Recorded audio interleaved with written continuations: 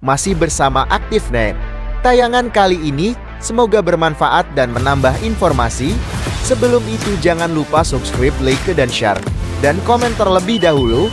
Ya, kami tidak setuju, otomatis kan banyak kerugian buat saya. Nah, kemarin setelah saya ngobrol di Iwan itu, ada beberapa, saya sedikit cerita dulu, ada beberapa yang penelpon gelap ke saya. Oled, kamu itu bukan orang Tangerang katanya kan. Kamu tuh orang Serang dan kamu orang Pontang, kenapa harus ngurusin dapur Tangerang? Nah, saya bilang, wah kalau ini sepertinya, saya sempat baca buku namanya, judulnya itu buku itu Logika Penjajah. Karangan Yai Midi kalau saya itu. Yai Midi itu adalah seorang orang tua yang di Banten, dia sempat bikin buku judulnya Logika Penjajah. Nah, salah satu di dalam buku Logika Penjajah itu persis apa yang dikatakan si penelpon tadi ke saya, Holed, kamu orang Serang, orang Pontang, nggak boleh ngurusin Tangerang. Nah, padahal kalau menurut saya sebagai nelayan harusnya mempunyai pandangan tidak boleh parsial gitu kan. Nah, ciri-ciri penjajah itu yang mempunyai pandangan parsial. Sampai tingkatannya kita nggak boleh nolongin tetangga kita yang sedang kelaparan atau tetangga kita yang sedang dijajah. Begitu juga di laut. Kalau orang laut itu haknya. Ketika Tangerang menangis ya orang Serang juga harus menangis. Ketika Rempang menangis, iya orang Serang juga harus menangis, harus ikut sakit. Ketika pesisir Manado Utara menjerit, ya orang Serang juga harus menjerit. Nah artinya ketika saya ngomong bahwa ini adalah dampak yang sangat berbahaya buat kami sebagai nelayan dan petani. Justru ketika saya melihat kejadian-kejadian di laut gitu kan, pemagaran laut, kemudian tanah diorok, kali diorok gitu. Ya saya bilang tadi, saya ini seperti dikelola oleh orang-orang yang kerangka berpikirnya cacat gitu Pak Karni. Kenapa cacat? Lingkaran yang besar kok dipaksa untuk masuk ke lingkaran yang kecil. Contoh, kedaulatan negara harus dicaplok kepada korporasi. Nah saya nggak mau dikelola seperti ini. Kenapa tidak mau? Dan pokoknya lebih baik saya melawan daripada hidup saya sebagai petani nelayan dikelola oleh korporasi. Karena Ainal yakin kalau saya ini sebagai rakyat dikelola oleh korporasi itu, sampai kiamat anak cucu saya pasti miskin. Karena saya sebagai objek yang dikelola, dia yang mengelola. Karena kenapa? Yang namanya korporasi itu pasti mikirnya untung rugi. Lah kalau negara pasti ada bicara tentang keadilan sosial bagi seluruh rakyat Indonesia dan kesejahteraannya. Nah cuman di sini kami nggak merasa itu. Kami tidak merasakan itu.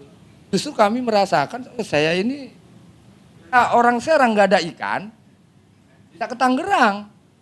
Ya orang Tangerang juga orang kayak macam Pulau Seribu, cari udang kipasnya kadang di Pulau Pemujan di sana di Serang. Itulah laut gitu.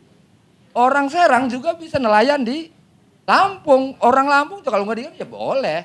Namanya laut itu ya satu kesatuan. Jadi Indonesia ini bukan dipisahkan oleh laut, tapi disatukan oleh laut, gitu kan.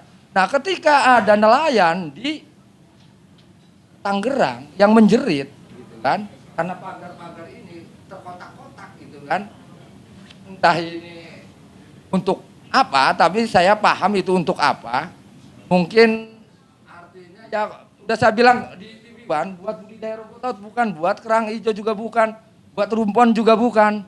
Malah justru lebih pasnya itu ketika diplot, oh ini adalah sketsa, tambak-tambak gitu kan. Yang saya ngerinya ini ada jual beli hitam gitu. Dugaan saya di situ malah lebih logikanya masuknya di situ. kemudian disiapkanlah gerek-gerek dibeli gitu kan, dioper nama lagi menjadi akte jual beli, kemudian di SHM kan atas nama yang lain gitu kan. Saya justru mikirnya begitu, karena ketika saya mikir untuk budidaya rumput laut juga nggak masuk. Ketika saya mikir untuk budidaya kerang hijau juga nggak masuk. Ketika saya berpikir untuk nelayan sero juga nggak masuk. Ketika saya berpikir untuk jadi nelayan bagan juga nggak masuk juga. Sampai ke tingkat, oh jangan-jangan ini seperti buat pemecah gelombang. Oh ternyata bukan begitu juga. Nah akhirnya kan saya mentok mikir gitu kan. Nah justru yang terakhir saya mikir adalah ketika ini diplot, ini kotak-kotak gitu kan.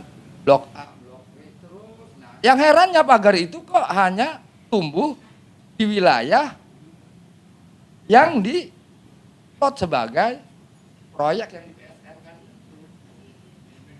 Itu yang saya mikirnya gitu kan. Nah artinya ketika ini terjadi, kalau saya sih bukan ahli hukum ya kan, makanya nanti mungkin kalau ada beberapa ahli hukum kira-kira seandainya kemudian ternyata udah ada SHM 300 SHM udah dikeluarkan gitu dari BPN misal ini, kira-kira secara hukum di bangsa ini SHM keluar di atas laut gitu kan, kira-kira sah enggak secara hukum gitu. Ini mah seandainya. Kalau misalnya bukan seandainya, takut dituntut, saya takut dituntut secara hukum, saya bukan ahli hukum. Kalau urusan ahli kan mungkin saya bisa gitu. Nah maksudnya ketika saya ini sebagai masyarakat yang merasakan kejadiannya brutal gitu kan, laut dipagar, di kotak-kotak, sehingga ketika saya untuk mencari ikan ini ruang lingkupnya jadi sempit gitu. Dan itu yakin bukan saya doang yang merasakan, yakin petani rajungan juga yakin sama deh apa yang saya rasakan. Nah kalau misalnya ada nelayan yang tidak merasa terganggu itu, kayaknya harus dipertanyakan lah. Ya kesulitannya jarak tempuh. Satu itu jarak tempuh. Ya misalnya yang harusnya kita itu habis 2 liter atau 3 liter jadi 2 kali lipat. Satu. Kedua, kadang kalau ada patahan-patahan bambu yang ada di situ ketika musim rob itu kita nggak kelihat juga akan nabrak dinding perahu gitu kan. Nah, sementara dinding perahu kita itu ya dari kayu gitu kan, bisa bolong gitu kan, atau bisa kena kipas patah gitu. Itu juga akan membahayakan gitu. Itu 2. Nah, ketiganya ketika ada musim gelombang besar gitu kan, kebetulan kalau saya kan nelayan tradisional Pak. Nelayan tradisional itu ya kayak macam rajungan gitu kan, terus bondet gitu. Nah itu kita bisa ke pinggir. Cuman masalahnya ketika kita memilih lokasi yang saya anggap itu banyak ikan, kemudian di situ ada pagar. Nah dengan ada pagar itu akhirnya saya harus menghindari itu. Itulah kerugiannya. Dan jelas kalau misalnya dipaksakan di situ juga yang nggak memungkinkan. Pengeluaran dengan pemasukannya, pendapatannya enggak seimbang. Mendingan saya mencari yang lain. Gitu kan. Ya kalau dijawab misalnya, oh itu kan nggak ganggu nelayan, tetap nelayan masih bisa nelayan gitu, masih bisa keluar nelayan. Ya cuman artinya alangkah baiknya kalau tidak ada bambu-bambu itu. Artinya tidak ada masalah buat saya. Ngelihatnya rucak, laut di pagar-pagar itu rucak melihatnya itu. Enggak merdeka pikirannya gitu. Saya, ini mas setahu saya mengetahui itu, saya hitung tuh sekitar 5 bulanan lebih. Kalau hitung dari sekarang tuh 5 bulanan lebih. Tindakan pertama, saya pikir ini adalah teman-teman yang memang dia bergerak di budidaya, misalnya rumput laut atau misalnya kerang hijau gitu awalnya tuh. awalnya. Cuman saya lihat-lihat kok ini bukan gitu. Nah, saya juga sempat lapor ke DKP provinsi. Gitu. Dan DKP provinsi ternyata juga udah udah tahu gitu. Oh itu pagar bahwa itu adalah melanggar dan ilegal. Gitu. Kata saya Pak, kok kenapa nggak ditindak? Tapi tugas saya hanya melaporkan katanya. Nah, ngelaporkan ke atasan, ke pusat, ke KKP gitu. Udah dilaporkan. Ya saya tunggu, tetap saya menunggu gitu sampai akhir ini disegel. Gitu. Kalau nelayan sana memang sangat mengapresiasi lah gitu kan, artinya tindakan penyegelan itu. Cuman ya kalau kita banding, saya pikir ini masih ya namanya dimaklum ya, namanya pandangan masyarakat nelayan dengan pandangan pengelolaan negara itu kan berbeda. Kalau nelayan sih pikirnya udah kalau memang itu melanggar cabut.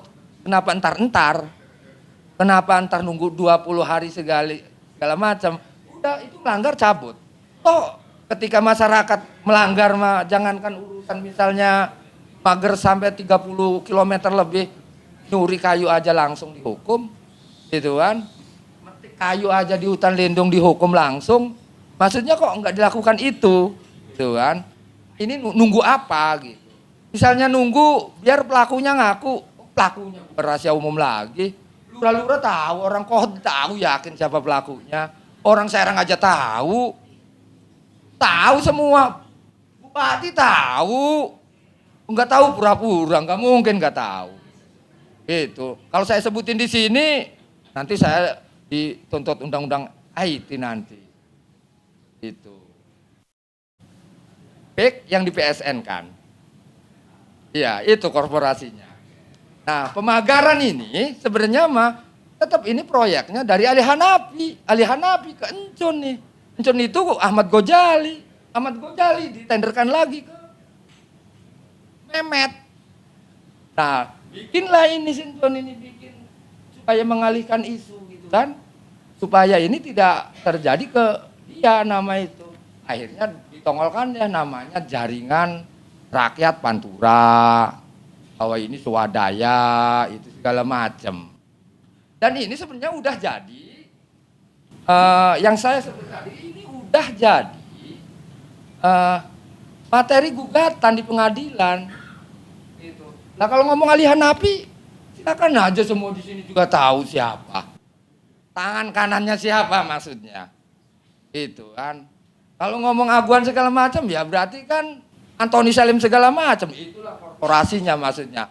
Dan jika negara tidak berani ke itu, saya akan lawan. Banten saya akan pimpin melawan itu kan. Seseorang berpikir, apapun itu tergantung sumbernya. Ya kan? Kalau sumber pengetahuannya keruh, maka pengetahuannya akan keruh. Sumber pengetahuan yang keruh, yang jernih itu tergantung motivasinya. Kalau motivasinya kesementaraan, keterlibatan tentang misalnya staf atau jabatan atau harta atau ketenaran atau apa, dia akan keruh pemikirannya. Karena terganggu dengan kepentingan yang sementara ini. Jernih dan tidaknya pengetahuan itu tergantung dari motivasinya. Kalau motivasinya keabadian, dikarenakan Allah, maka yakin pengetahuannya akan jernih. Dan saya percaya itu. Maaf.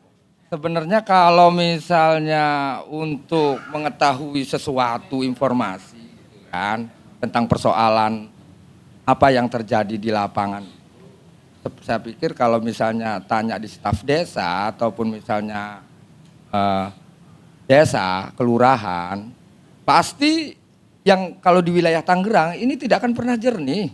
Dia tidak akan pernah menginformasikan dengan realitas yang nyata, gitu kan. Kan ukuran manusia itu diukur ketika dia berpikir harus sesuai dengan kenyataan. Jangan katanya. Kalau ini kan sebenarnya apa masih katanya, gitu kan. Nah, normal tidak normalnya seseorang itu diukur dari kenyataan yang ia bicarakan. Kalau yang dikatakan itu tidak sesuai dengan kenyataan, berarti ya saya bilang minha. Minha itu setengah dari 100. Enggak 100. Berarti ada sesuatu yang cacat dalam berpikir. Gitu kan. Jangan-jangan artinya gini, bagaimana ini proyek yang sedang berlanjut, misal ada penggusuran, ada pemagaran laut, ada penimbunan sungai gitu kan, Tanya sama lurah misalnya. Dia nggak pernah dirugikan. Semua lurah kayak lurah Moncong, lurah Keronjo gitu kan. Termasuk yang di Kohot, yang lainnya. Bicara dan bikin konten, bikin TikTok ataupun apa. Itu dia merasa tidak terganggu dan ini sangat menguntungkan gitu. Ya wajar karena ada keuntungan dari transaksi tanah itu. Bahkan lurah pun pada jadi calo di situ. Kira-kira secara hukum bener apa enggak ketika lurah jadi calo? Gitu kan. Kira-kira ini mah. Yo hadirin yang ada di sini, kira-kira lurah jadi calo tanah halal apa enggak? Gitu aja. Bukan hanya di desa Kohot yang nelayan itu tidak merasa dirugikan. Bahkan dia mungkin merasa diuntungkan. Mungkin di desa Kemeri juga akan merasa diuntungkan atau tidak merasa terganggu ketika tanyanya dengan aparatur desa. Dan di desa Keronjo juga tidak akan pernah menemukan nelayan yang merasa terganggu dengan pemagaran laut itu, bahkan mungkin merasa diuntungkan. Alasannya gampang, lama-kelamaan bambu akan tumbuh kerang hijau bisa dipanen. Walaupun itu metode kerang hijau juga bukan seperti itu. Dan selalu saja setiap desa-desa yang mempunyai bibir pantai di wilayah Tangerang itu, jika menanya kepada aparatur desa, pasti akan baik-baik saja, pasti akan menguntungkan dan tidak akan pernah mengganggu. Itu pasti dijawab seperti itu. Kenapa? Karena pengetahuannya nggak steril. Ada kepentingan di situ. Kepentingannya di mana? Ada keuntungan dijual beli tanahnya. Ini kan nanti ditransaksikan sok. Kan peramal nih Maya. Ujungnya. Dia lihat ujungnya nanti. Ini pagar laut ini akan dijadikan apa nanti. Kemudian akan seperti apa. Ya paling juga nanti kan jadi SHM. Dan saya udah ngedenger, udah dapat bocoran bahwa BPN Tangerang sudah buat SHM 300. SHM ini atas nama siapa? Di atas laut gitu kan. Oh, jangan-jangan ini ada kaitannya dengan pagar laut yang misterius gitu. Lah ya wong terindra kok jelas teraba kok jadi misteri gitu kan. Gak mungkin gak ada orang yang membuat pagar-pagar itu, gak mungkin. Nah makanya kalau ini sudah menjadi kontradiksi, harusnya negara hadir dong di sini. Alat gitu kan. Gunakan dong alatnya untuk menyelesaikan persoalan ini. Justru ini saya malah melihat sebaliknya gitu kan. Melihat sebaliknya. Justru alat-alat itu digunakan menyentepeli korporasi ini. Jadi negara, alat negara digunakan orang yang sedang menjajah saya. Gitu. Pokoknya saya nggak mau dikelola oleh korporasi. Saya sebagai rakyat, petani nelayan, enggak sudi dipimpin oleh korporasi. Enggak sudi, saya emang enggak mau. Lebih baik mati saya mah. Kalau saya ini diurus oleh korporasi sampai kiamat Pak Abraham, miskin terus. Enggak bakalan sukses. Saya pengen ngomong sama negara. Kalau negara enggak berani sama korporasi, lingkaran yang kecil itu, saya yang akan melawan. Saya akan kerahkan rakyat Banten untuk melawan. Ingat itu. Awas, ingat-ingat kalau rakyat Banten udah marah, bergolak Nusantara ini. Yang jelas saya ini kan dibesarkan dari hasil perikanan dan pertanian oleh orang tua saya dulu, gitu kan. Sehingga alhamdulillah saya bisa jadi sebesar ini, gitu kan. Nah kemudian karena bapak saya juga nelayan petani, saya mewarisi pekerjaan itu. Nah memang sebenarnya Pak, karena memang saya ini dijajah gitu, merasa dijajah ya. Dijajah itu semenjak tahun 2004, yaitu kasus tentang penambangan pasir laut.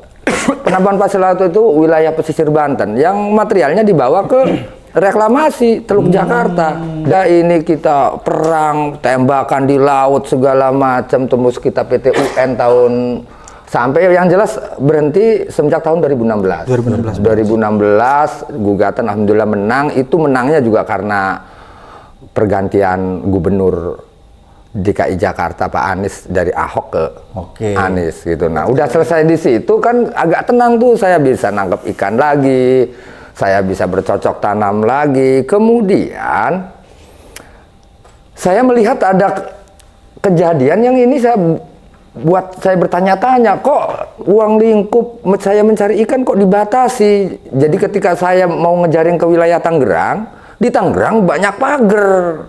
Tuh ceritanya. Pagar yang dilakukan oleh PSN ya? Iya jelas itu Mak. Jadi kalau ngelihat bangunan pagar itu tidak mungkin dilakukan oleh orang yang nggak punya duit. Oke, kan selama ini Iya. dikembangkan isu bahwa itu katanya warga lokal yang bangun, nggak mungkin ya? Nggak mungkin. Kalau saya bilang itu, jika ada orang yang percaya bahwa itu dilakukan oleh swadaya masyarakat atau lokal, saya pikir harus dibawa ke psikiater. Jadi itu pasti bohong ya? Pasti bohong. Karena itu membutuhkan biaya besar ya? Iya. Kang Holid ya? Bahkan Jangan dulu Kang Holid, itu pagar lautnya panjang nggak? itu sepanjang hampir 30 km lebih. Wong dari Karangserang sampai ke Kerunjo. Oke. Nah. Jadi nggak mungkin rakyat yang... Enggak mungkin. Nah, dari kejadian di laut, di daratnya juga ada persoalan. Oke. Ya persoalannya misalnya penggusuran, orang belum dibayar udah diuruk, teriak kali diuruk, segala macam. Ini kan persoalan. Nah, sampai akhirnya Pak Abraham saya mikir, loh saya ini jangan-jangan dipimpin oleh orang-orang yang kerangka berpikirnya ya, itu nggak normal Pak Abraham. Nggak normalnya begini, lingkaran besar dipaksa dimasukkan ke lingkaran yang kecil. Oke. Itu kan nggak normal. Yang normal itu lingkaran yang kecil harus dimasukkan ke lingkaran yang besar. Makanya muat. Oke. Kalau ini mah lingkaran besar dipaksakan masuk, ditelan oleh lingkaran yang kecil. Ini kan nggak normal maksudnya. Kok saya ini bukan sedang diurus oleh negara? Yang anggaplah lingkaran besar itu negara, kedaulatan. Nah, lingkaran kecil adalah korporasi. Nah, saya merasakan saya ini kok sebagai petani nelayan bukan sedang diurus oleh negara, tapi diurus oleh lingkaran kecil tadi, korporasi tadi. Nah, makanya saya sebagai rakyat, petani nelayan, enggak sudi dipimpin oleh korporasi. Enggak sudi, saya emang nggak mau. Lebih baik mati saya mah. Jadi menurut Kang Holid, Iya. bahwa setelah adanya status PSN di PIK 2 ini, maka itu seolah-olah korporasi yang mengatur hidupnya Kang Holid. Iya, jelas. Bukan lagi negara ya? Bukan lagi negara, karena bikin menderita. Bukan hanya saya, petani, nelayan, pembudidaya tambak. Mereka menjerit gitu kan. Kang Holid. Iya. Berarti sejak adanya PSN PIK yang dikelola oleh korporasi, rakyat di sekitaran Banten itu jadi menderita. Menderitanya itu melebihi waktu zaman Belanda. Makanya sampai saya ini dibawa di kehidupan zaman si Petung si Ji. Kata saya harus berhadapan dengan preman, harus tiap malam saya keluar atau jalan kemana aja bawa golok. Oh, berarti sekarang keadaan di sana sudah tidak aman ya, Kang? Tidak aman. Karena ada preman. Iya, karena kan ada preman yang dibuat sengaja oleh penjajah. Karena kan ya tadi itu yang namanya penjajah kan senangnya itu kalau bahasa dulu apa tadi divide et impera. Divide ad impera. Nah, modelnya begitu tuh. Memecah belah ya? Memecah belah. Oke. Dan pasti penjajah itu pandangannya parsial, mengotak-ngotak. Ini orang mana? Nggak boleh ke sini karena ini urusan orang ini, sampai tingkatannya saya tidak boleh ngurusin tetangga saya yang lagi sakit gitu. Oh, begitu. Nah, modelnya gitu penjajah tuh. Oke. Nah, maksudnya kembali lagi ke persoalan saya. Nggak sudi diurus oleh korporasi gitu kan.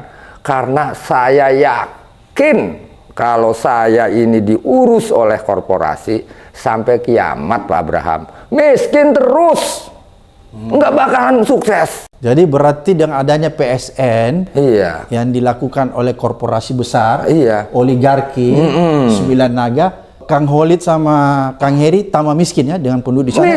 Bukan justru sebaliknya kan? Kan ada orang yang bilang katanya sudah sejahtera, enggak ya? Enggak mungkin Pak Heri ya? Iya, enggak mungkin. Enggak, mustahil seperti enggak ada siang enggak ada malam. Mustahilnya. Mustahil ya. Karena pikiran mereka hanya untung rugi. Oke. Jadi PSN ini dia cuma berpikir tentang dia untung. Untung rugi pikirannya lah. Kalau saya yang sebagai yang dikelola, dia yang mengelola, ya otomatis ya kita kalah terus. Oh, jadi berarti tanah orang ini dipaksa dibeli dengan harga murah kalau untung rugi? Ya, gitu kira-kira nih. Ya, oke. Saya pengen menurut pemirsa. Oke. Ini namanya pemaksaan atau penyerobotan atau apa ya? Saya akan cerita nih. Si A punya tanah, gitu kan, nggak mau jual, tiba-tiba diuruk. Nah, setelah diuruk disamperin, dikasih DP. Nggak diterima, tanah udah diuruk. Oke. Iya kan? Diterima nggak sesuai harganya. Ini kan sama dengan kasih nggak? Oh, diintimidasi. Ya, model kannya begitu, cuman nggak begitu doang, cara doang yang berbeda. Oke. Mau dikasih nggak? Kan gitu doang. Teror ya? Cuman bedanya bukan mau dipukul, diuruk dulu. Kalau nggak begini, saya petani tambak. Oke. Yang namanya petani tambak itu ternak ikan bandeng. Oke. Butuh sirkulasi air. Lah, tempat sirkulasinya diuruk sungainya. Lah, otomatis nggak ada sirkulasi. Kalau nggak ada sirkulasi kan salinitasnya tinggi, akhirnya mati ikannya. Nah, kira-kira kalau terus-menerus begitu, nanam lagi mati lagi ikannya, nanam lagi, waduh, ini nggak bisa dikelola nih tambak. Tiba-tiba datang, udah dibeli aja, dijual aja, ya jual lah, pusing. Terus dibeli murah itu ya? Dibeli murah 50.000 per meter. Itu masih mahal 50.000 mah ya WRI. Kalau sampai ke tangan yang punya itu 50.000 nggak atau sudah terpotong-potong? Kalau saya mengetahui data yang ada, saya menemukan gitu. Iya. Nih, dengan terpaksa nih kita jual 50.000. Oke. Gitu kan. Sama Pak Heri, yang beli Pak Heri nih. Nah, Pak Heri ini sebenarnya mah nanti ke Ali Hanafi dia jualnya nih. Nih Ali ini Pak Heri ini tangan kanannya Ali Hanafi. Oh, berarti ada perantara lagi. Iya, ya? Ali Hanafi punya tangan kanan siapa? Oke, jadi berjenjang ya? Berjenjang gitu. Jadi kalau perusahaan mah, entarlah ceritain Pak Heri tahu. Nah, cuman ini setelah di ACC 50.000 per meter, gitu kan, jatuh ke tangan sayanya tidak 50.000 per meter. Oh, oke. 30.000. Jadi sampai ke tangannya Kang Holid tinggal 30.000. Itu juga dipotong lagi 2.000. Berarti menderita dong ya rakyat di sana? Lah ya itu kan bukan penjajahan itu udah itu mah. Makanya artinya saya siap mati itu ya itu, saya nggak mau dijajah. Terakhir nih saya pengen ngomong nih sama negara ini mau ngomong. Saya pengen ngomong sama negara. Kalau negara nggak berani sama korporasi, lingkaran yang kecil itu, saya yang akan melawan. Saya akan kerahkan rakyat Banten untuk melawan. Ingat itu. Gitu. Walaupun kecil saya berani. Gitulah, harusnya kan negara yang punya alat, apa bahasa elitnya alat tuh? Instrumen. Gitu. Negara punya banyak instrumen harusnya untuk melindungi saya sebagai rakyat. Loh ini mah buat alat pukul, korporasi mukul saya, yang beli saya, segala macam saya kok buat mukul saya. Gitu. Awas, ingat-ingat kalau rakyat Banten udah marah, bergolak Nusantara ini. Itu. Jadi menurut Kang Holid seharusnya negara ini hadir memberi kesejahteraan dan melindungi rakyat di Banten termasuk Kang Holid, tapi ini sebaliknya. Sebaliknya. Harusnya kewajibannya kan itu. Iya, harus mensejahterakan. Mensejahterakan rakyat. Keadilan sosial bagi seluruh rakyat Indonesia katanya kan begitu. Lah ini mah diserahin ke korporasi. Kok ini perusahaan ini menyerap tenaga kerja sekian 1.500 membantu ekonomi masyarakat. Bohong. Tai kucing. Kalaupun ada menyerap tenaga kerja, itu cuma lapangan kerja yang ada di level bawah ya? Lah ya paling ke tukang parkir, security, paling itu. juga iya. Cleaning service. Paling banter cleaning service. Oke. Nah kita hitung tambak, laut, gitu kan. Oke, penghasilannya. Padi gitu. Di situ kalau masalahnya ngomong padi nih, yang ngomong sawah. Oke. Di situ ada tukang ngegebot, di situ ada kuli ngoyos, dan bukan satu orang. Oke. Sesawah itu kalau 1 hektar tuh bisa 50 orang, 20 orang. Oke. Ada tukang ngelektor, ada pedagang pupuk, ada kuli angkut padi. Oke. Ini kan mata rantainya banyak. Terus ada penggilingan padi, di penggilingan padi ada jual beras, di dalam gilingan padi ada dedak, dedaknya buat makan ternak, makan ternaknya dijual lagi. Yuk kita hitung ini Pak ya. Oke. Itu sampai tingkatannya petani tambak. Petani tambak ada kuli jaring, kuli jaring ikan panen. Iya kan? Habis panen ada kuli ngangkut ikan bandeng dari empang ke darat. Ada tukang es. Itu hilang semua ya? Iya nanti hilang kalau durugin. Terus di situ ada pedagang pakan ikan, di situ ada pedagang bibit bandeng. Di situ ada pedagang ikan dibuat kerupuk, cilok, bontot, empek-empek dan lainnya. Jadi itu hilang semua dengan adanya PSN ini ya? Karena ruangnya, sumbernya diambil, diuruk. Oke, jadi kita hitung aja. Jadi bukan menciptakan tenaga kerja, tapi justru memiskinkan ya, menghilangkan. Bohong kalau hitung-hitungan analisa, misalnya proyek itu menguntungkan, misalnya kan gini, saya mikirnya. PSN itu kalau nggak salah namanya proyek strategis nasional. Iya kan? Anggaplah mau dibangun misalnya wisata. Atau jembatan. Atau tol. Atau apalah namanya. Yang namanya nasional itu ya harus umum. Kepentingan semua orang. Semua orang umum. Tol misalnya, itu bukan nasional. Ngomong misalnya apa namanya? Kalau waduk itu boleh lah ya, waduk kepentingan nasional. Pokoknya yang gratis itu nasional. Kalau masih masuknya bayar, ada orang nggak punya duit nggak bisa masuk, bukan nasional. Itu mah perusahaan. Mungkin ini juga bagian dari apa sebutnya dijabahnya doa saya ke Allah itu. Karena kalau untuk mengukur kemampuan fisik, saya pikir tidak berdaya lah kalau ngomong fisik, urusan hal-hal yang sifatnya material, fisik. Wong dari Serang dari Pontang ke Kerunjo aja harus pakai motor hujan-hujanan jam 2, jam 3 pulang baru gitu. Belum lagi urusan di rumah segala macam ya. 2, jam 3 pagi. Malam Ya? malam Pagi, pulang. Iya. Nah, artinya sementara yang kita lihat ini adalah persoalan yang sangat kompleks sekali gitu. Bukan hanya kompleks dalam bentuk saya sedang melawan misalnya perusahaan jahil gitu ya, perusahaan yang dolim, yang jahat lah gitu. Tapi juga ternyata ini juga ada kalau saya lihat ada kelinden, ada keterkaitan gitu antara birokrasi yang ada. Gitu. Artinya sedangkan ketika kita bicara birokrasi ya kan harusnya mereka lah yang mengurus kami sebagai rakyat gitu. Karena keberadaan kami sebagai rakyat juga kan ini ada kaitannya juga dengan keberadaan mereka sebagai pengelola negara gitu. Nah, ini yang yang saya anggap satu hal yang saya pikir secara pikiran saya mustahil untuk kami selesaikan gitu. Tapi ternyata ya alhamdulillah mungkin ini skenario Allah, makar Allah gitu. Saya diundang gitu kan. Pertama di Catatan Demokrasi, terus kedua di ELC, akhirnya ini jadi booming, jadi viral gitu. Justru ya mungkin inilah cara Allah untuk membantu kami sebagai nelayan kecil gitu. Untuk bagaimana ini disampaikan ke mereka terutama ya para pemangku kebijakan itu. Ya. Ini udah sampai ada reaksi dari Presiden Prabowo kan, iya, yang memerintahkan pagar laut dibuka. Iya, dicabut. Nah, cuman kan artinya nggak boleh juga, boleh ya rakyat boleh saat ini euforia. Alhamdulillah kita udah nggak terganggu lagi cari ikannya.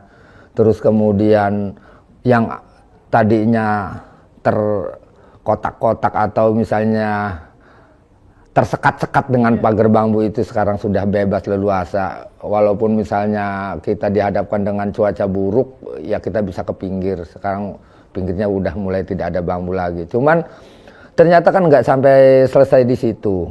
Artinya kalau memang itu adalah pelanggaran, ya harus ditindak dong pelanggarnya gitu kan. Kalau saya lihat ini bukan pelanggaran sepele ya, karena yang laut itu kan simbol kedaulatan negara. Jadi saya lihat ada usaha mereka ini untuk nyaplok kedaulatan negara, dan ini bukan kasus kecil gitu. Kalau sampai negara tidak bisa menangkap itu, dan udah terang benderang kok siapa pelakunya, dan itu udah menjadi konsumsi publik, siapa nama-namanya, pelakunya, arahnya kemana, udah jelas itu kan. Nah artinya negara nggak boleh, artinya ini saya melihat negara mulai saat ini mau berani bertindak tegas enggak. Artinya gini, kata orang tua dulu, negara diktator itu pasti akan menganggap logika itu penjahat. Karena logika pasti bilang yang A itu A, yang B itu B, yang salah itu salah, yang benar itu benar. Lalu kemudian pemerintahan kita saat ini dia mau menggunakan gaya berpikir seperti apa? Kalau dia mau melakukan hukum, berpikirnya adalah logika, udah jelas tangkap. Kalau nggak ditangkap, wah ini ada apa? Jangan-jangan ya artinya apa yang saya katakan di ILC terus di podcastnya Abraham Samad, oh berarti negara kita sedang dicaplok korporasi ini. Ditelan mentah-mentah oleh korporasi. Makanya kan udah saya jelaskan, jika negara tidak berani ya serahkan deh ke rakyat gitu. Dengan upayanya rakyat, karena saya lihat juga jangan sampai Menteri ATR BPN, oke lah saya acungi jempol, cuman saya juga nggak mau dilokalisasi hanya sebatas persoalan ini di Kohod saja. Karena saya baca ini bukan hanya di Kohod, tapi juga sepanjang jalur Kabupaten Tangerang yang desa-desa yang mempunyai bibir pantai. Pokoknya di Kabupaten Tangerang, wilayah-wilayah kelurahan yang mempunyai wilayah bibir pantai harus diperiksa. Yakin mereka terlibat. Dan bahkan sudah ada daerah lain yang daerah Serang juga ada, kayak macam di daerah Kecamatan Tenara, di daerah Bom pesisir. Nah itu juga sudah terjadi juga, bahkan sampai ke sana, sampai ke Kemayungan, Sukajaya, Kabupaten Serang juga. Artinya kalau melihat kasus yang satu ini harus benar-benar teliti, harus benar-benar detail, bukan kemudian setelah selesai di Kohod selesai. Kasusnya bahkan kalau ngelihat di wilayah bibir pantai Banten Utara ini, lo kok jangan-jangan ini juga di Indonesia juga nasional. Maksudnya harusnya menjadi pintu masuk. Pintu masuk untuk gitu. Membongkar semua mafia ini. Praktek-praktek yang terjadi di seluruh Indonesia ya. Iya di seluruh Indonesia. Kan udah sempet saya bilang di mana itu ya lupa itu. Pokoknya tolak ukurnya adalah Banten. Kalau Banten kalah Indonesia kalah. Kalau Banten menang Indonesia menang, karena kasus ini bukan hanya di Banten, banyak. Ya misalnya gini, anggap saja kalau kita ngomong persoalan ya Bu ya, berarti kan ngomong sebab. Ini ada masalah, sebabnya apa? Kalau ada akibat pasti ada sebab, gitu kan? Nah, dilihat sebabnya adalah PSN. Proyek strategis nasional. Lah kemudian strategis apa kita sebagai rakyat? Faktanya malah justru masalah. Jangan-jangan benar apa yang diomongin Karni Ilyas. Di balik keuntungan yang besar, maka persoalannya pun akan besar gitu. Tahu itu pikiran siapa nggak tahu, kata Karni Ilyas. Ya yang jelas gini. Sebelumnya saya dengar persoalan PSN ini. Saya pikir PSN ini adalah memang proyek strategis nasional, itu ya memang proyek negara yang memang kalau menurut saya kalau strategis nasional ya saya juga senang gitu. Pasti hidup saya akan strategis gitu kan. Harusnya menguntungkan rakyat. Iya, kalau ngomong strategis nasional berarti ngomong strategis untuk rakyat gitu. Jadi segala-galanya pasti strategis. Makanya misalnya kita cari tempat, kalau strategis tempatnya pasti mahal harganya. Lah berarti ada kehidupan yang layak dan enak gitu buat rakyat. Alhamdulillah. Cuman ini kan ternyata di awalnya memang saya di laut dulu, persoalan di laut. Jadi banyak pagar-pagar gitu kemudian mengganggu aktivitas saya. saya juga tanya, ini punya siapa? Oh bukan punya saya, ini punya kamu bukan. Ini punya proyek apa? Proyek PIK 2 katanya. Itu kata ini apa namanya, teman-teman nelayan yang memang retorialnya di situ, yang sehari-harinya di situ. Dan kebetulan saya itu kan teman-teman juga banyak di wilayah Tangerang, termasuk di Muncung, di Kronjo, itu memang basis lah, banyak kawan di situ. Nah saya tanya-tanya juga ternyata, nah semakin saya ingin tahu persoalan ini, ternyata banyak juga persoalan-persoalan yang saya ketahui, termasuk persoalan daratnya juga, persoalan pengurugan, tanah apa namanya sawah ditimbun, terus kemudian kali ditimbun, itu saya temukan juga di lapangan. Lah makin dalam ini kok, waduh ini kok dolim gitu kan. Nah makanya kemudian saya itu kebetulan ombudsman juga sidak gitu kan, pertama kali sidak di Lapo Ombudsman Pusat itu sidak dengan saya. Dan saya bilang ke ombudsman, kata saya pikir ini bukan strategis nasional, tapi ini adalah penjajahan nasional. Saya bilang gitu sama ombudsman. Kenapa? Ya saya tunjukin nih. Coba menurut Bapak layak atau tidak? Ini laut kok dikapling-kapling seperti ini. Kira-kira kata saya kalau buat budidaya kerang hijau masuk nggak? Nggak juga. Kalau buat budidaya rumput laut masuk nggak? Nggak juga. Jadi yang masuk tuh justru ketika kita lihat dari atas seperti kapling sketsa kotak-kotak tambak tanah. Wah kata saya ini berarti kan ada jual beli laut. Fakta ternyata kan. Ketika kita analisis seperti itu fakta. Ternyata ada SAM, ternyata ada HGB yang dikeluarkan. Makanya polisi selama ini membiarkan karena menganggap bahwa itu ada legal gitu ya. Legal karena ada SHGB-nya gitu ya. Lah ya kan lagi-lagi sejauh mana hukumnya HGB atau SHM di atas laut gitu aja kan.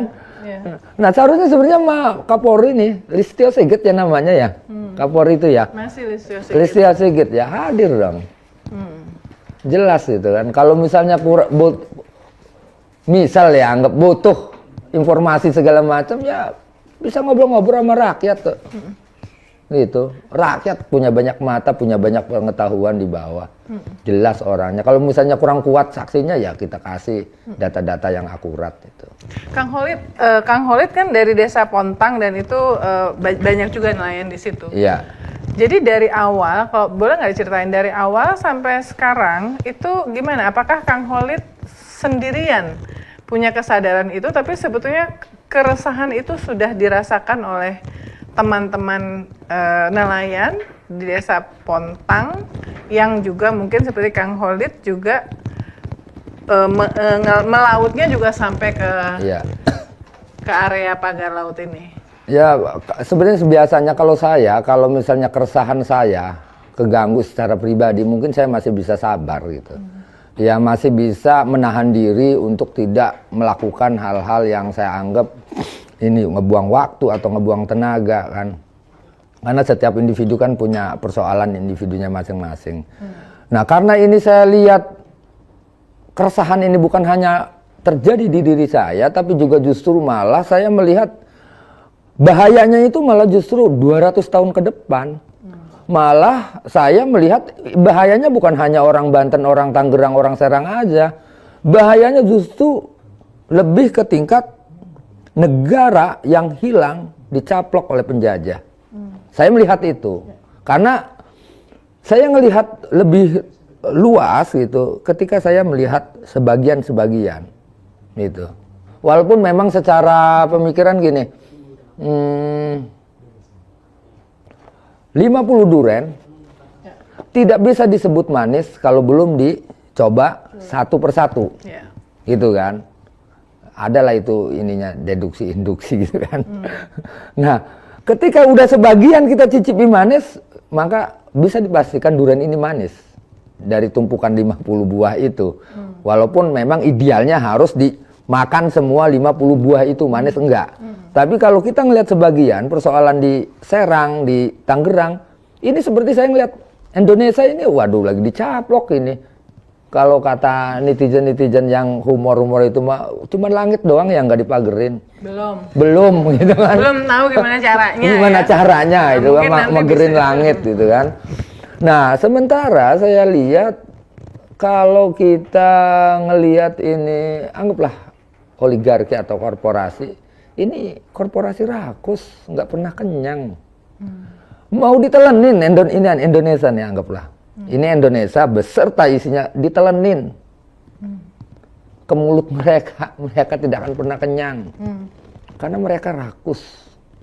Kenapa saya ngomong itu? Karena saya melihat fakta yang ada di lapangan. Lah ya bayangin nggak? Ada orang punya tambak nggak mau dijual. Bagaimana cara membelinya? Ya diuruk dulu sungainya biar nggak ada sirkulasi air. Dengan tidak adanya sirkulasi air, otomatis kan salinitas airnya tinggi. Akhirnya ikan kan nggak kuat dengan salinitas tinggi, kadar garamnya tinggi. Begitu juga sawah. Nggak mau dijual, irigasinya ditutup lagi biar nggak keairan. Otomatis kan yang namanya padi kan butuh air. Ya ujung-ujungnya bagaimana supaya dijual? Jadi dipaksa untuk menjual. Dipaksa untuk menjual, caranya ya harus dibunuh aksesnya. Ya. Itu kan dolim namanya. Bedanya kan nggak pakai pistol doang, ya mau jual apa enggak. Bedanya nggak begitu doang. Tapi kan cara sumber-sumber aksesnya ini supaya mati gimana gitu. Dan memang benar istilahnya dijual nggak dijual diuruk. Walaupun itu sebelumnya saya pikir nggak mungkin lah orang artinya bukan tanahnya belum dijual kok diuruk. Ya ternyata fakta. Ya. Nah sesudah terutama dua minggu inilah sesudah statement Kang Kholid yang sangat kritis kepada oligarki itu viral. Apa yang terjadi? Ada tekanan-tekanan atau apakah ada yang mengontak Kang Kholid yang meminta supaya jangan deh diem? Karena ini sekarang saya lihat nih ada 1, 2, 3, 4, 5, 6, 7 yang teman-teman Kang Kholid yang menemani, mendampingi kemana-mana. Ya memang kalau hanya sebatas telepon kemudian ya jangan macem-macem lah di urusan ini, udah mendingan kamu fokus saja. Kalau memang ini kerja fokus, ini kalau butuh kerjaan tinggal bilang apa gitu. Terus kalau enggak persis apa yang diomong di LC itu, udah yuk Lid, kalau memang kamu mau berbuat baik kepada masyarakat, mau ngebelain masyarakat, ya udah kumpulin berapa masalah-masalah yang ada di lapangan yang belum dibayar segala macam, yuk kita selesaikan bareng. Nanti misalnya kalau harganya 50.000 per meter, nanti ada kasih spasi 20.000, berarti 70.000, yang 20 buat saya. Kalau kita hitung jumlah dari Tangerang sana, dari Kampung Muara sampai Moncong udah berapa? Udah minimal kan ratusan hektar, ribuan hektar kan. Ya bisa kaya raya mendadak. Bisa kaya raya ngedadak. Cuman kan justru persoalannya saya dipikirkan bukan bagaimana saya harus kaya raya kemudian banyak uang bisa berkuasa atau bisa ngatur apapun kemudian saya bisa keren, bisa kalau ngomong istri bisa 5 bisa 10. Kemudian saya juga akhirnya semena-mena lagi karena lalai dalam diberikan kekuasaan materi banyak. Bukan itu tujuan saya adalah ini negara mau dibawa kemana, udah itu aja sih saya mah. Enggak jadi masalah, saya mah dari kurun saya biarin dia miskin, tapi kurun ke anak saya. Nah ngomong anak saya ini bukan cuman pribadi ya, anak seluruh Indonesia gitu. Bukan anak saya, tapi anak-anak generasi bangsa seluruh Indonesia. Ini mau diapakan gitu, negara ini mau diapakan. Oke lah saya miskin, enggak jadi masalah, seadanya. Cuman ini saya lihat mau dibawa kemana ini negara, kok negara. Ini tadi siapa yang dari pihak mana yang nawarin yang 50.000 bisa nanti spare 20.000, jadi 70.000 yang 20.000-nya per meter buat Kang Kholid gitu, dari ya, pihak mana ya? Ya dari pihak sana lah, dari pihak pembebas gitu. Lah ngomong ininya kalau ngomong ini mah, kalau memang ada masalah 24 kali jam kita selesaikan. Kita belum pernah memberikan pembayaran kepada bukan warisannya. Terus kemudian saya tentang maaf, yang Bapak omong itu tidak sesuai dengan fakta yang ada. Ya orang-orang mereka lah gitu. Orang-orang mereka yang mencoba untuk itu. Ya itu salah satunya kan. Terus kemudian ada lagi misalnya kalau sebutnya intimidasi, ini intimidasi psikologi kali ya modelnya ya. Kayak model gini. Mereka ini tahu rumah saya. Tahu kalau mau ngomong mau matiin saya juga udah jelas tahu. Gampang lah saya mau dicarinya rumahnya. Nah tapi si intimidasi ini dia harus ke rumah ibunya kawan saya, sehingga ibunya ini nanya ini Khalid ini siapa gitu kan. Seolah-olah saya ini kemudian biar dijauhin teman-teman. Biar teman-teman tuh takut nemenin saya, berjuang sama saya, membela yang hak, kemudian mereka meninggalkan saya. Nah, teman-teman saya ini juga nggak bisa nolak karena yang ngomong tuh ibunya, orang tuanya. Kalau menolak juga, kalau di sana kan ada masih, jangan nolak orang tua gitu ini kan. Nah, itu kadang kekalahan saya di situ. Jadi masing-masing menjauhi gitu. Takut resiko kan. Karena dianggapnya mungkin bagaimana supaya saya ini adalah penjahat. Kayak contoh misalnya kemarin ini kan ada tuh yang mencoba untuk melaporkan saya ke Barreskrim Polri. Mereka tuduhan saya adalah berita hoak dan membuat keonaran gitu. Lah ya kita nggak tahu namanya persepsi orang kan. Ya tinggal nilai aja gitu yang bikin owner tuh siapa. Nah kayak model hal-hal ini kan kita bisa lihat satu, bisa jadi orang ini ingin nongol dan ingin dicolek oleh pihak aguan, perusahaan lah gitu kan, biar dia dikondisikan oh dia adalah ngelawan ini nih. Kedua bisa jadi ini juga ngecek ombak gitu kan, bagaimana reaksi netizen ketika seorang Khalid mau dilaporin. Kalau geriaknya gelombangnya nggak besar, ya tinggal diterusin gitu. Kalau gelombangnya besar, tunggu dulu. Yang paling berbahaya itu menurut saya ketika isu persoalan ini sepi. Misalnya nih, para netizen nih, wah pada ngejar saya nih kan, inilah gitu kan. Nah, ketika netizen ini sepi, udah isunya udah tenggelam. Media ya, netizen dan media. Ya, netizen, media udah mulai tenggelam tentang saya. Ini justru yang paling berbahaya buat saya.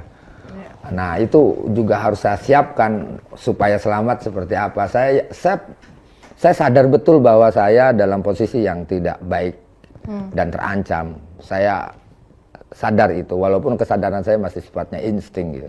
Insting saya bahwa saya bahaya, tapi ya nggak boleh juga kita harus takut secara over, berlebihan, kemudian akhirnya ternyata saya penakut gitu. Misalnya begini, karena kita ini hati-hati penting, cuman karena terlalu hati-hati, terlalu over hati-hati, jadinya penakut gitu. Kalau penakut yang nggak berjuang, ya udah dari awal aja kita nggak usah berjuang. Tapi kan sebetulnya apa yang menjadi kepedulian Kang Khalid di awal, ketika di awal mungkin waktu ombudsman itu ya disampaikan, kan kemudian ternyata terbukti ya, maksudnya sekarang terbukti ternyata benar ada SHGB-nya dan ternyata memang ada yang melanggar, minimal sudah 50 yang dicabut, artinya kan itu ada fakta bahwa ada pelanggaran ya. Ya artinya yang disampaikan mestinya bukan hoax ya, karena sudah langsung dibuktikan oleh tindakan oleh menteri.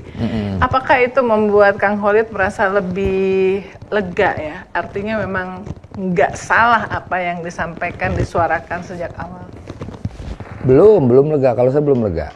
Cuman tetap saya acungi jempol, tapi belum lega karena gini. Oke lah itu pelanggaran ininya. Nah biasanya ya tinggal ombudsman ini dia mempunyai rekomendasi apa terkait masalah keterlibatan PEK 2 proyek PEK 2 yang di PSN kan ini gitu kan, karena ini juga keterkaitan dengan para pemangku kebijakan gitu kan. Nah terus kemudian ombudsman dia, kalau lembaga ombudsman itu kan dia mungkin nggak bisa nangkap, tapi dia bisa mengeluarkan rekomendasi. Nah, tinggal rekomendasi ombudsman seperti apa? Kalau rekomendasi ombudsman ini maladministrasi terkait proyek WIK 2 ya. Administrasi ulang kan? Iya, administrasi. Ya berarti kan kalau ngomong gini. Ada gula pasti ada semut.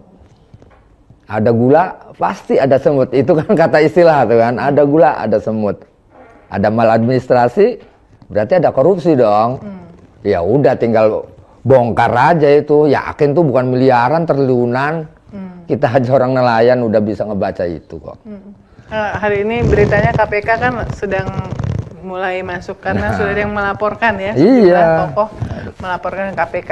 Kang Kholid berarti selama 2 minggu atau 3 minggu ini Kang Kholid nggak ke laut, nggak? Iya, nggak ke laut. Paling kemarin saya ke laut, cuman pas mau ke laut gelombangnya besar, kata saya udahlah. Terus kedua, ya kebetulan teman-teman udah ngajak konsolidasi gitu kan. Dan sekarang juga dari tempat ini mungkin saya mau ke Semen, ke alumni pondok pesantren. Dulu saya sempat belajar masak lah di pondok Rombeng gitu. Nah, saya mau rencana ke sana ya. Artinya untuk saat ini, iya, untuk saat ini saya lebih fokus bagaimana menganyam akar rumput dari desa ke desa, dari kampung ke kampung, dari kota ke kota sampai kita tingkat Banten, sampai ini akan terbentuklah suatu jaringan yang besar. Akan saya buktikan bahwa Banten akan melawan jika negara nggak berani melawan. Udah itu rencananya. Artinya saat ini mungkin lihat aja reaksinya seperti apa. Walaupun kita hanya sebatas menjuantahkan kata-kata atau pemikiran aja, bagaimana supaya itu masuk ke pemikiran seluruh Indonesia. Dari mulai tukang cangkul, guru-guru gitu kan, tukang ojek, tukang nasgor, nasi goreng, tukang warteg, seluruh lapisan masyarakat Indonesia dengar gitu. Dan saya juantahkan perlawanan ini kepada mereka bahwa Indonesia bukan sedang baik-baik saja, tapi sedang tidak baik dan ini bahaya. Tinggal Pak Prabowo, presiden kita, mau berpihak ke mereka atau ke rakyat. Itu aja sih pilihannya Pak Prabowo. Tinggal mau memilih dulmun, dolim, kalau bahasa Pontangnya pepeteng, ya. Pepeteng, kegelapan. Mau milih ke kegelapan, gengnya Jokowi dan kroni-kroninya, atau mau ke rakyat. Tinggal itu aja. Nah itu dua-duanya milih A, milih B, ada resikonya. Seperti juga yang sedang saya lakukan saat ini. Milih diam resiko, milih melawan juga resiko. Diam mati, melawan mati. Mending melawan. Diam ditindas. Melawan juga mati. Ya mending melawan. Minimal ketika saya melawan, anak cucu saya tercerahkan nanti kelak. Daripada saya diam ditindas, tapi anak cucu kita terus ditindas. Nggak boleh itu, harus melawan. Rakyat Indonesia harus bangkit melawan. Gitu. Sempat ketemu, karena kan sesudah itu banyak pejabat-pejabat, termasuk anggota DPR yang naik speedboat, mendekat ke pagar laut, apa segala macam ya. Kang Kholid sendiri terakhir ke area situ kapan? Ya, jadi pas hari itu kebetulan ada 3 titik ya. Satu di Kerunjuk, di Pulau Cangkir, kedua di Ketapang, ketiga di Tanjung Pasir. Karena saya juga harus ngelihat aktivitas teman-teman di Kerunjuk seperti apa. Saya kebetulan di Tanjung Pasir itu ketinggalan. Udah pada pulang gitu, termasuk teman-teman dari kelompok Pak Said itu juga udah pada pulang. Nah, ya tetap saya cuman paling saya bisa menyemangati masyarakat bahwa kalian bukan sendiri. Tidak mungkin ada desa Serang gitu kan, misalnya kota Serang, Kabupaten Serang dan kota Serang dan Cilegon yang lainnya kalau tidak ada kota Tangerang, bahwa kita adalah satu kesatuan yang nggak bisa dipisah kata saya, dan kita disatukan oleh laut itu satu, nggak terpisah. Dan begitu juga senusantara ini gitu. Jadi nggak terpisah, kita satu. Dan jika ada apa-apa dengan persoalan kerakyatan, maka siapa lagi kalau bukan kita yang melawan? Rakyat. Mengandalin siapa lagi kalau kondisinya seperti ini gitu. 2 pertanyaan terakhir. Kang Kholid, saya kebetulan lulusan Institut pertanian Bogor. Alhamdulillah. Selalu dibilang bahwa petani dan nelayan itu lapisan masyarakat yang sedihnya itu banyak yang miskin, ya, terutama nelayan ya. Saya ingin tahu keseharian Kang Kholid dan teman-teman nelayan ini sebetulnya gimana kondisinya? Ya sebenarnya kalau kita pertama kita di petani ya, persoalan petani itu satu kelangkaan pupuk, ya kan. Kedua juga kadang hak atas air juga masalah. Artinya belum ada peraturan daerah atau apa bentuknya yang mengatur tentang kebutuhan petani tentang air. Misalnya si A punya sawah 1 hektar, kebutuhan airnya berapa? Itu juga nggak diatur. Justru malah air lebih cenderung dihisap oleh kebutuhan-kebutuhan industri. Kebutuhan industri kertas, kaca, segala macam. Nah ini juga nggak diatur. Walaupun dengan alasan bikin lagon-lagon bahwa kita udah punya tampungan sendiri segala macam. Kedua, ya persoalan pengetahuan tentang bagaimana petani itu paham dengan hara tanah, gitu kan, mengelola tanahnya dengan baik. Walaupun dalam kelangkaan pupuk, bagaimana petani juga harus bikin pupuk sendiri, secara organik. Nah, kalau nelayan? Ini petani. Ini juga masih banyak hal. Nah, nelayan gitu kan. Bagaimana supaya nelayan ini dia hanya tidak terbatas kepada nelayan tradisional seperti saya. Kalau untuk bikin perahu gede kan ratusan juta gitu ya, karena saya nggak sanggup bikin perahu yang lebih gede ya perahu apa adanya, jokong atau sampan. Yang penting minimal saya hari ini dapat ikan untuk anak istri saya makan hari ini, minimal itu aja dulu. Dan kalau kita hitung-hitung bahan bakar, minimal meres lah, misalnya keluarnya 50.000 ya dapat 50.000 minimal itulah gitu kan. Apalagi kalau ada lebih mah alhamdulillah gitu. Nah, maksudnya ini kan seharusnya ya kan pemerintah tahu itu, persoalan itu tahu, cuman sejauh mana mau memajukan pertanian, mau memajukan nelayan, sedangkan saya pikir sering saya audiensi gitu kan sama DKP, sama Dinas Pertanian, kata saya tolong dong ini didongkrak gitu kan, bahwa ini lo pejuang protein, ini lo pejuang karbohidrat. Kalau nggak ada karbohidrat gimana ini negara gitu kan? Kalau nggak ada protein gimana? Misalnya anggaplah negara Indonesia krisis karbohidrat, krisis pangan dan krisis protein. Apa jadinya? Tentara juga nggak bisa ngangkat senjata gitu kan? Nah ini harus diperhatikan gitu. Nah jangan kemudian program macam-macam banyak triliunan duit jadi program, fakta di lapangannya ternyata nol. Artinya di sini jangan-jangan di bawah juga punya ternakan-ternakan, kantong-kantong yang memang sengaja untuk ngebobolin program pemerintah yang sebenarnya itu bukan petani, itu juga bukan nelayan. Malah justru kadang-kadang yang model nelayan-nelayan seperti saya itu malah justru nggak diberikan bantuan atau di apalah gitu. Karena kenapa? Saya paling nggak mau diajak cincai orangnya. Nih bantuan, mau lihat ada bantuan jaring. Harusnya sekian dananya, tapi kita potong sekian. Oh nggak bisa. Ini hak kita. Nah yang nggak bisa diajak cincai, udah. Nggak dapat. Tinggal, karena masih bisa juga dibentuk nelayan-nelayan yang lain, yang nelayan gadungan. Kalau di model ILC mah staf desa kok. Perwakilan nelayan, bagaimana kita dapat pengetahuan yang Kang Kholid udah berapa tahun jadi nelayan?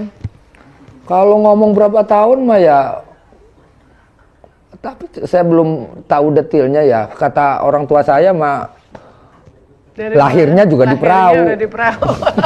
Jadi orang tuanya memang nelayan di situ ya, desa Pontang itu ya. Iya, artinya kalau ngomong misalnya umur saya 47, berarti selama 47 saya jadi nelayan karena lahirnya di perahu gitu. Kalau ngomong apa ya, hujah lah, ngomong hujah. Saya lebih cenderung ke hujah empiris, pengalaman. Nah, pengalaman saya mungkin karena sering dibebak persoalan. Ya kan dulu saya dihadapkan dengan persoalan tambang pasir, yang itu materialnya juga buat reklamasi Jakarta. Dari mulai tahun 2004 baru selesai itu 2016 itu. Itu. Nah itu juga ketika saya berpikir, wah ini harus begini, harus begitu, ya akhirnya lari-larinya juga kita juga harus mainkan politik juga gitu kan. Karena memang setiap perusahaan pasti juga larinya ke lingkaran politik juga sebenarnya. Bagaimana menguasai negara untuk memuluskan kinerjanya gitu. Ya, begini Pak Presiden ya, yang terhormat. Mau kapan lagi sih kita mengobati bangsa yang besar ini? Maksudnya mengobati penyakit. Nah, saya lihat penyakit Indonesia ini Pak Presiden itu sejenis benalu. Kalau tumbuh-tumbuhan itu benalu. Jadi benalu yang nempel di tubuh bangsa kita ini. Nah, ternyata benalu-benalu ini Pak Presiden ini orang-orang yang kalau saya bilang ini dia lebih cenderung memegang teguh pemikiran logika penjajah itu. Dia masih maunya disuap oleh penjajah. Mau disuap. Terus kemudian si benalu ini juga kadang di freezernya itu Pak Presiden itu masih banyak dagingnya, masih banyak daging ayamnya, berasnya masih banyak. Ini masih kurang terus, masih nyolong terus. Ini yang perlu dibersihkan ini Pak Presiden. Ampura ya, artinya saya sebagai rakyat, saya siap bersama Pak Prabowo untuk membackup kalau memang Pak Prabowo benar-benar ingin membersihkan dari benalu-benalu ini. Ya benalu-benalu bangsa ini. Udah kelihatan yakin Pak Prabowo lebih paham yakin siapa penjahatnya. Kalau istilah Indonesia itu adalah sebuah tubuh gitu kan, mungkin Pak Presiden, Pak Prabowo lebih paham bagian-bagian tubuh mana aja yang sakit. Maksudnya yang sakit ini ya sakit otaknya, sakit mentalnya, sakit karakter jiwanya, yang dia hanya berpikir untuk kepentingan gentong nasinya sendiri. Dia nggak pernah berpikir tentang rakyat Indonesia yang besar ini, negara yang besar. Indonesia kalau benar-benar untuk mengelola negaranya secara ideal ya, secara benar, saya pikir semua negara-negara yang ada di muka bumi ini akan tunduk, akan ampun, akan hormat sama Indonesia begini nih. Karena siapa yang lebih kaya kita buktikan di Indonesia. Emas ada di situ. Nikel ada di situ, batu bara ada di situ, hutan, sawit, laut, segala macam gak kehitung. Kalau istilah nyeduh kopi itu Pak Presiden, Indonesia nih, kalau kita nyeduh kopi, tengah-tengah yang legit-legitnya itulah Indonesia sebenarnya mah. Jadi jangan sampai bangsa kita dirampok terus, dikeruk terus oleh bangsa asing. Udah saatnya. Kalau enggak, kasih saya kesempatan, sedikit saja, enggak usah tahun-tahunan. Setengah tahun saja saya akan bereskan persoalan Indonesia ini. Terima kasih. Assalamualaikum warahmatullahi wabarakatuh.